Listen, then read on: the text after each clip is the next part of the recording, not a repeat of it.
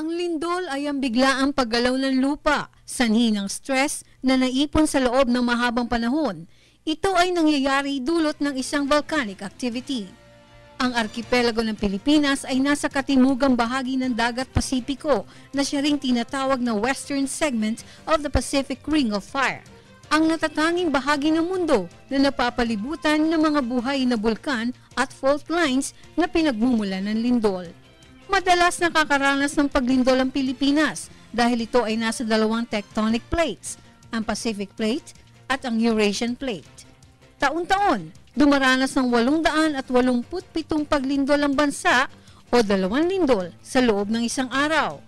Sa 887 lindol, nandito ang ating mararamdaman. At sa dami ng bilang na ito na nararamdaman sa Pilipinas, gaano kahanda ang ating mga kababayan sa pagdating ng sakunang ito? Dalawa ang dahilan ng lindol. Ang pagsabog ng bulkan kung saan ang matinding pagsabog ay lumilikha ng pagyanig ng lupa at ang tectonic activity kung saan gumagalaw ang lupa dahil sa plate at marginal faults. Ang tectonic earthquakes ay nagaganap kapag ang plates ng lupa ay gumalaw. Ang lupa ay binubuo ng iba-ibang layer ng plates na maaaring gumalaw papunta o palayo sa isa't isa. Ang lindol ay isang paggalaw ng mga bato at lupa at ito nagmumula sa ilalim.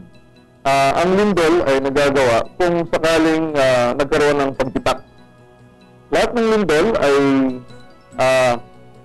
masasabi nating related sa pagbitak ng lupa. Yun yung tinatawag nating tectonic earthquake. Kapag naman ang lindol na related sa pag-akyat ng tunaw na bato o magma sa isang volcano, tawag natin volcanic earthquake. Kundi kaya ay sumabog yung bulkan. Kapag pumutok ang isang bulkan, kadalasan ng lindol ay nararamdaman sa malapit na lugar mula 10 hanggang 20 kumpara sa lindol na nagagawa ng tectonic activity na maaaring maramdaman sa buong mundo.